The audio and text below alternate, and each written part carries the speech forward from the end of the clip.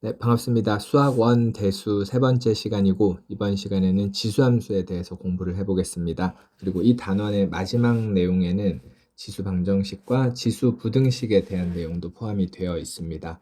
우선 지수함수가 뭔지를 알아야 되는데 우리가 그동안 배웠던 함수를 보면 y는 뭐 이런 2차 함수라든지 아니면 뭐 1차 함수 이런 함수들이 있었죠. 그 대수 과목에서는 지수함수라는 걸 배우는데 어떻게 생겼냐면 여기에는 숫자입니다. 숫자고 여기 지수 쪽에 미지수가 들어간 형태를 지수함수라고 합니다. 그래서 a가 1이면 1의 x제곱은 무조건 1이기 때문에 이거는 지수함수가 아닙니다. 상수함수가 됩니다. 그래서 1이 아니어야 되고, 그리고 지수 법칙이 이제 유리수 범위, 실수 범위에서 성립이 하려면 밑이 0보다 커야 되죠. 그래서 1은 아니고 0보다 커야 되니까 결국에 두 가지로 나눠서 생각을 하게 됩니다. a는 0보다 크고 1이 아니어야 되기 때문에 두 가지 범위로 나눠서 생각하는 게 합리적입니다. 0에서 1 사이. 그리고 a가 1보다 큰 경우 이 두 가지로 나눠서 생각하는 게 좋고 0에서 1 사이일 때랑 1보다 클 때 지수함수의 특징이 좀 다릅니다. 그래서 일단은 이거 먼저 살펴볼게요. 이거 밑에 거 제가 순서를 좀 바꿔 쓰겠습니다. 1보다 큰 경우랑 0에서 1 사이인 경우 이 두 가지로 나눠서 볼 건데 위에 거를 먼저 좀 살펴보겠습니다. 첫 번째요. y는 제가 밑을 좀 간단한 숫자 2의 x라고 해보겠습니다. 밑이 1보다 큰 거죠. 그래서 점을 쭉 함수 처음 배울 때 이렇게 그래프 그릴 때 점을 여러 개 찍어서 이렇게 이어보잖아요. 그렇죠? 어떻게 생겼냐면 XY축이 있고요. 어떤 수를 넣더라도 음수는 안 나옵니다. 그리고 X에 넣을 수 있는 수는 실수 전체거든요. 그래서 첫 번째, 정의역은 실수 전체입니다.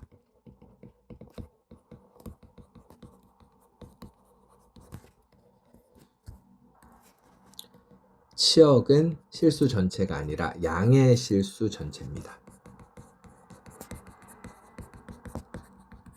음수는 안 나옵니다. 그리고 y절편 있죠. y절편이 밑에 관계없이 밑에 있는 수에 관계없이 a의 0제곱은 무조건 1이기 때문에 y절편은 1이 됩니다. 여기를 무조건 지난다는 소리입니다. 네 번째로 밑이 1보다 큰 경우 증가함수입니다. 증가함수. 제가 조금 이따 그려볼 텐데 위로 쭉 올라가는 형태거든요. 그래서 증가함수의 뜻을 하나 적고 하겠습니다. a가 이렇게 쓸게요. x1, x2. x2가 x1보다 크면 함수값도 커지는 걸 이렇게 되는 거를 증가함수라고 합니다. 그러니까 이렇게 생긴 거예요. x1, x2면 함수값도 커진다는 뜻입니다. 됐죠? 그리고 이 말 안에는 1대1 함수라는 표현이 포함이 되어 있습니다. 원래 1대1 함수 표현은 이거거든요. 근데 증가함수는 1대1 함수가 됩니다. 그래서 1대1 함수라는 표현도 가지고 있다라고 알아두면 되고, 그럼 이제 그래프 한번 그려볼게요.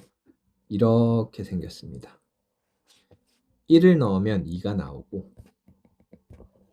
마이너스 1을 넣으면 2분의 1이 나오고 2를 넣으면 4가 나오고 마이너스 1을 넣으면 4분의 1이 나오고, 그래서 이렇게 생긴 걸 보니까 1학년 때 유리함수에서 봤었던 이렇게 쭉 축에 닿지는 않지만 가까이 가는 그 개념이 하나 더 나오죠.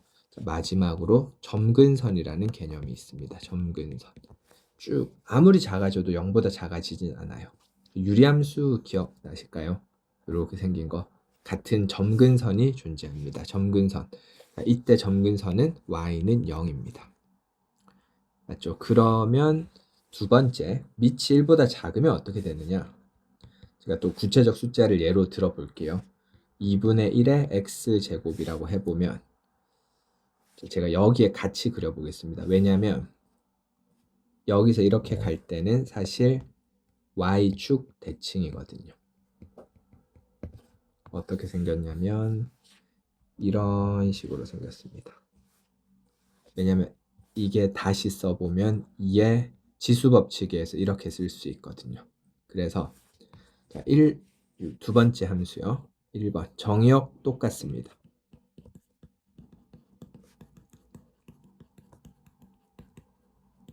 치역 똑같습니다.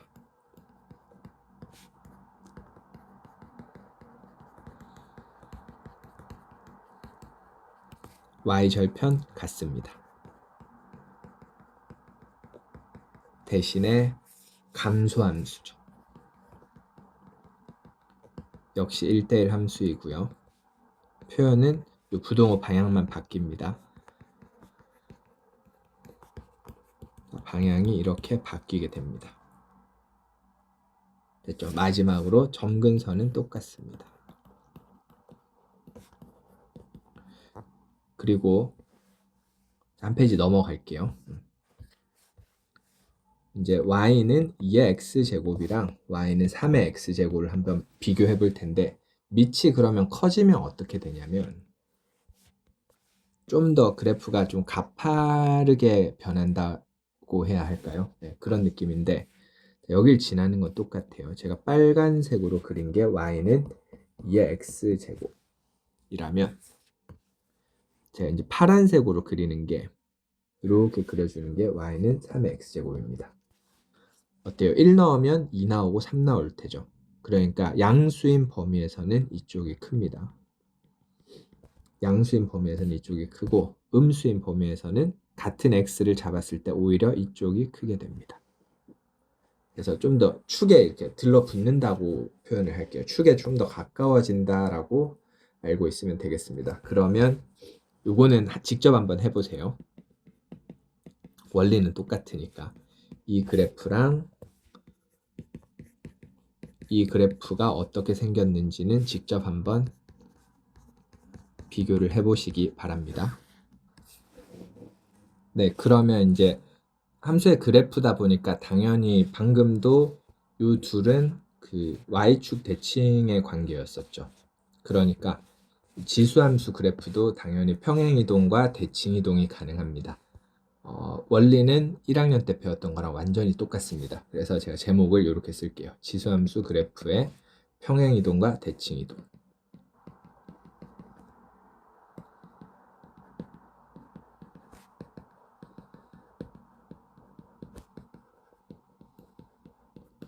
우선 평행이동 먼저 설명할게요. 그 x축으로 p만큼 y축으로 q만큼 이동했다고 하면 y는 a의 x제곱이라는 그래프를 이동시키게 되면 x 자리에는 x 빼기 p, y 자리에는 y 빼기 q 이렇게 들어가서 이렇게 결과가 나옵니다. 이게 지수함수의 평행이동입니다. q는 보통 넘겨서 이렇게 표현하죠. 그 다음에 이제 x축, y축 그리고 원점에 대해서 대칭이동을 할 수 있는데 사실은 대칭이동의 개념이 하나 더 있죠. x축 대칭. 그것도 미리 말씀을 드릴게요. 어차피 다음 단원에서 다루는 내용이니까.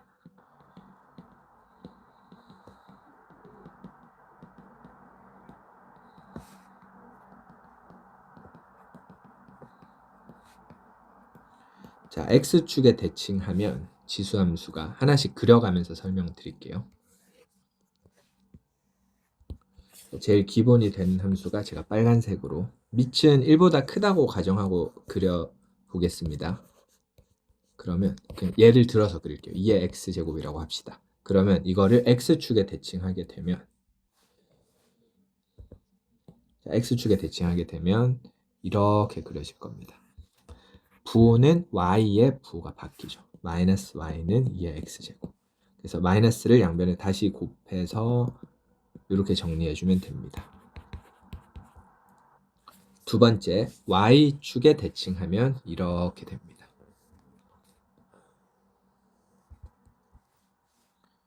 x의 부호가 바뀌죠. 그리고 지수 법칙에 의해서 이렇게 쓸 수도 있습니다. 아까 설명드렸던 그 그래프입니다. 원점에 대칭하면 제가 빨간색을 원점에 대칭한 거를 여기 두꺼운 색으로 한번 그려볼게요. 검은색 두꺼운 걸로. 그러면 그림을 원점에 대칭하면 이렇게 그려질 겁니다. 둘 다 부호가 바뀝니다. 정리하면 이렇게 될 거고요. 어째 느낌이 무리함수 대칭할 때 그 느낌이랑 살짝 비슷하죠. 마지막으로 이게 하나 있어요. 직선 yx의 대칭인데 이거는 다음 단원에 다룰 내용이긴 한데 그 실제로 역함수가 되고 그 지수함수의 역함수는 단원명으로 예상을 하겠지만 로그 함수가 됩니다. 로그 함수. 그래서 살짝 한번 그려서 보여드릴게요. 빨간색을 yx라는 직선에 대칭하면 이렇게 생기게 됩니다. 이 식은 x는 2의 y제곱이라서 이렇게 되는데 이 내용에 대해서는 다음 단원에서 다루도록 하겠습니다. 그래서 지금은 평행이동과 대칭이동 요거 제외하고 알아두면 되겠습니다. 자, 넘어가겠습니다. 그 대부분의 함수를 다룰 때 2차 함수도 마찬가지고 유리무리 함수도 마찬가지고 꼭 나오는 내용 중에 하나가 이제 최대 최소입니다. 그래서 지수함수의 최대 최소.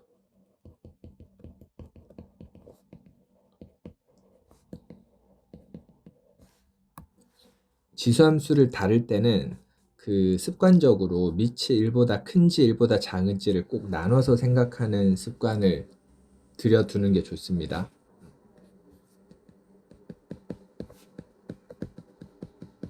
왜냐면 그래프의 모양에 따라 이제 최대 최소인 방향이라고 해야 될까요? 그게 좀 바뀌는데 자, 첫 번째 밑이 1보다 큰 경우 그래프가 개형만 그릴게요. 이렇게 생겼습니다. 밑이 0에서 1 사이인 경우에는 개형이 이렇게 생겼습니다. 그러면 이제 증가함수고 감소함수이기 때문에 범위가 없다면 최대 최소를 구할 수가 없겠죠. 그래서 항상 그 범위를 주게 되는데 자, A에서 A가 중복되니까 범위를 알파부터 베타라고 하겠습니다. 여기는 뭐 감마부터 델타라고 좀 하겠습니다. 그러면 여기 x가 작을 때가 최소죠. 증가함수니까 작을 때 작고 클 때 큽니다. 맞죠? x는 알파에서 최소, x는 베타에서 최대. 반대로 이때는 작은 걸 넣었을 때 최대가 나오죠. 감마에서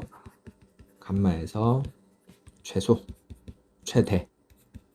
그리고 x는 델타에서 최소입니다. 그래서 푸는 방법은 그래프의 밑이 1보다 큰지 작은지를 결정을 했으면 그려보면 언제 최소고 최대인지 알 수 있습니다. 대신에 주의할 점은 그 풀다 보면 치환을 해서 푸는 경우가 있어요. 치환을 이용할 경우 치환할 경우에는 바뀐 범위에 주의하면서 풀어주면 됩니다. 바뀐 범위에 적어 놓을게요. 네, 치환을 했으니까 뭐 바꿨으니까 범위도 바뀝니다. 이거 치환만 하고 범위를 안 바꿔서 실수할 수 있으니까 그것만 주의하면 되겠습니다. 됐죠? 그러면 이제 남은 내용이 지수 방정식이랑 지수 부등식인데 이어서 설명드리겠습니다.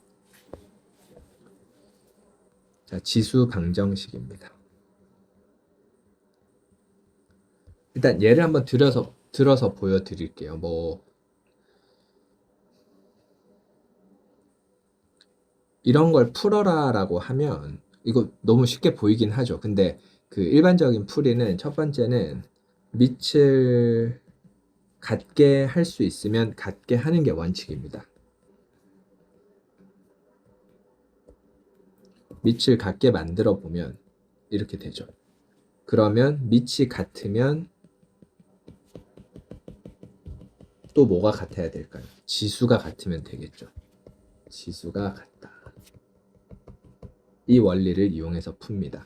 밑을 같게 할 수 없으면 뭐 이럴 수도 있잖아요. 뭐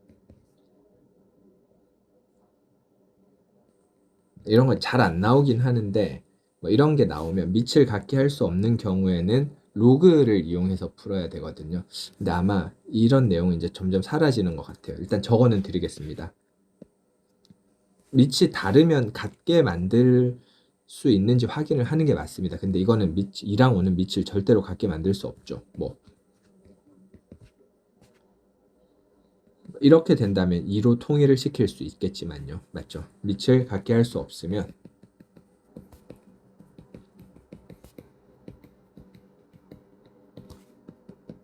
양변의 로그 맞죠? 그래서 한번 풀어볼게요. 두 개 다. 밑에 거는 2의 이거부터 봅시다. 2의 2x 제곱은 2의 x 플러스 3이므로 이렇게 같으면 되거든요. 3이라는 값이 나오고 밑에 위에 거는 그냥 제가 상용 로그로 한번 풀어보겠습니다. 그러면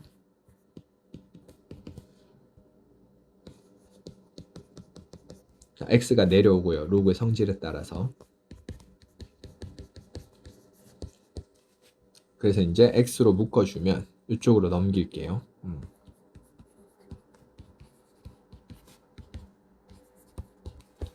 그래서 좀 답이 지저분하게 나옵니다. 이렇게.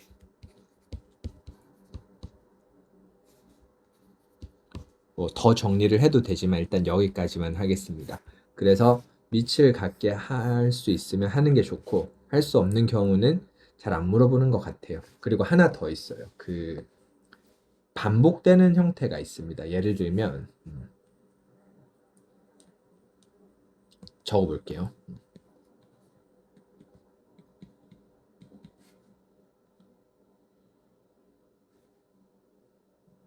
자, 이런 게 있다고 해봅시다. 그러면 그 3의 x제곱이 반복되거든요. 왜냐면 여기 3의 x제곱이 두 번 곱해진 거기 때문에 그래서 치환을 이용하는데 치환 3의 x제곱을 t라고 해보면 자, 이런 식이 나오죠. 조심해야 되는 게 하나 있습니다. 자, 인수분해가 잘 되거든요. 그러면 t가 이렇게 답을 쓰면 절대 안 됩니다. 문제에서 t 구하라고 한 적 없죠. 내가 치환한 거고 이게 진짜 중요해요. t가 음수가 나올 수 있을까요? 불가능하죠. 아까 지수함수는 치역이 양의 실수 전체였으니까. 그래서 딱 치환하는 순간 바로 적어야 돼요. t는 0보다 크다. 그러니까 이거는 절대로 안 된다. 그러므로 우리 목표는 x 구하는 거죠. 3의 x가 3이니까 x는 1이 나와야 됩니다. 3의 x제곱이 마이너스 4다. 이런 거 없습니다. 로그로 표현해도 안 돼요. 로그로 억지로 써보면 이렇게 나오는데 요수 진수 조건에 안 맞습니다. 그래서 최종 답이 x는 1이 되겠습니다. 이렇게 푸는 게 지수 방정식입니다. 또 조금 특이한 형태가 있는데 이런 거는 뭐 푼다기보다는 뭐랄까요 한번 보여드릴게요. 이거 뭐 풀려고 하면 이상하죠. 같을 수가 없거든요. 근데 딱 x는 0일 때만 1은 1이다 이렇게 같아지는 좀 특수한 형태가 있고 이거는 그냥 좀 특수한 형태입니다. 그리고 이런 것도 있어요. 이런 형태도 있습니다. 뭐 x가 2 넣으면 성립하죠. 이걸 식으로 풀 수는 없습니다. 그냥 끼워 맞춰서 푸는 거예요. x가 4여도 성립해요. 근데 그림으로 보면 답이 두 개가 아니라 답이 하나 더 있거든요. 그거는 무리수라 가지고 제가 손으로 구할 수는 없는데 그 지수함수가 이렇게 생겼고 이차함수가 이렇게 생기다 보니까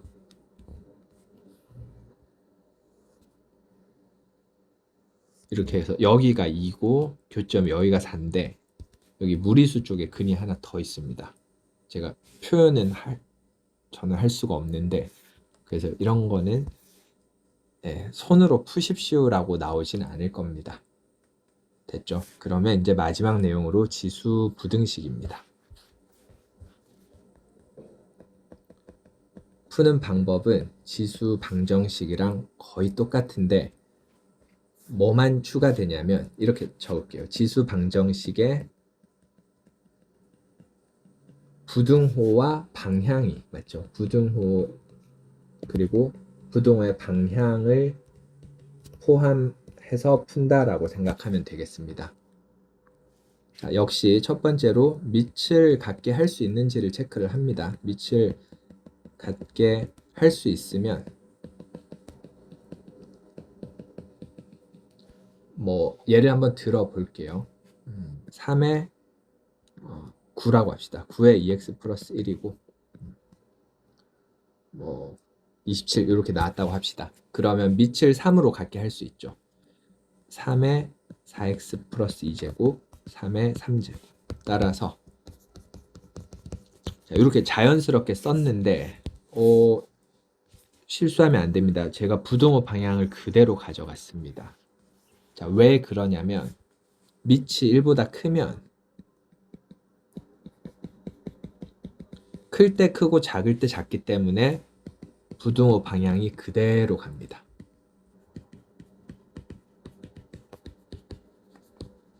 풀면 4x가 1보다 커서 자, 이렇게 마무리하면 되겠죠. 근데 밑이 1보다 작으면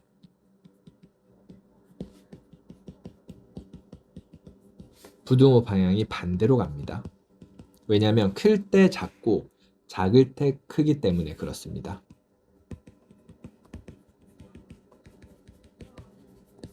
자, 이거 빨간색으로 해놓을게요.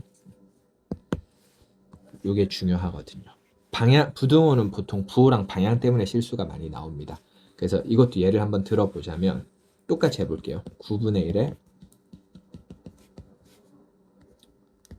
이렇게 나왔다고 치면 제가 만약에 이거를 밑을 3으로 갖게 만들 수도 있습니다. 근데 그냥 3분의 1로 갖게 만들었다고 해볼게요. 그러면 여기서 넘어갈 때 방향을 이렇게 쓰면 아쉽지만 틀립니다. 방향이 바뀌어야 됩니다. 요것만 주의하시면 되겠습니다. 맞죠? 그리고 뭐 전체 흐름은 방정식을 푸는 원리랑 똑같기 때문에 밑을 갖게 할 수 없는 경우는 아마 안 나올 것 같아서 로그를 이용해서 풀어야 되지만 요거는 제가 말씀은 따로 안 드릴게요. 요거는 그냥 넘어가겠습니다. 그리고 마지막으로 역시 치환하는 형태 있죠. 치환하는 형태 한 번 더 예를 들어 볼게요. 뭐 4의 x가 있고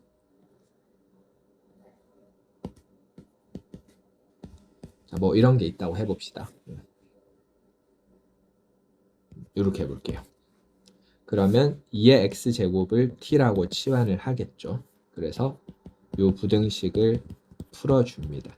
그 쉬운 문제는 대부분 인수분해가 되는데 인수분해 안 되는 좀 까다로운 형태도 있어요. 그런 거는 처음 개념 배울 때 다룰 수 있는 내용은 아닌 것 같아서 막 근과 계수의 관계도 이용해야 되고 복잡하거든요. 그거는 다음에 문제를 통해서 다시 한번 설명을 드리겠습니다. 우선 간단한 거 먼저. 자, 인수분해가 잘 됩니다. 자, 그러면 부등식을 풀면 이렇게 되죠. t는 4보다 크거나 t가 마이너스 1보다 작거나. 근데 이게 성립할까요? 아까 t는 0보다 크다 그랬죠. 안 됩니다. 바로 여기서 제거하고 우리는 t는 4보다 큰 것만 풀어주면 마무리가 됩니다. 최종 범위는 그래서 x는 2보다 크다. 이게 정답이 되겠습니다. 그래서 지수함수에 대해서 쭉 배워봤는데 뭐 다 중요하죠. 근데 여기서 제일 중요한 거 하나만 좀 다시 한번 짚어드리자면 지수함수는 밑이 1보다 큰지 0에서 1 사이인지 요거를 나눠서 왜냐하면 둘의 특성이 완전히 반대로 가기 때문에 특히 부등식 풀 때 방향이 바뀌고 이때는 증가함수고 감소함수였다. 요 정도를 기억해 주시면 좋겠습니다. 네, 그러면 다음 강의에서는 지수함수의 역함수에 해당하는 로그함수에 대한 설명으로 이어가겠습니다. 감사합니다.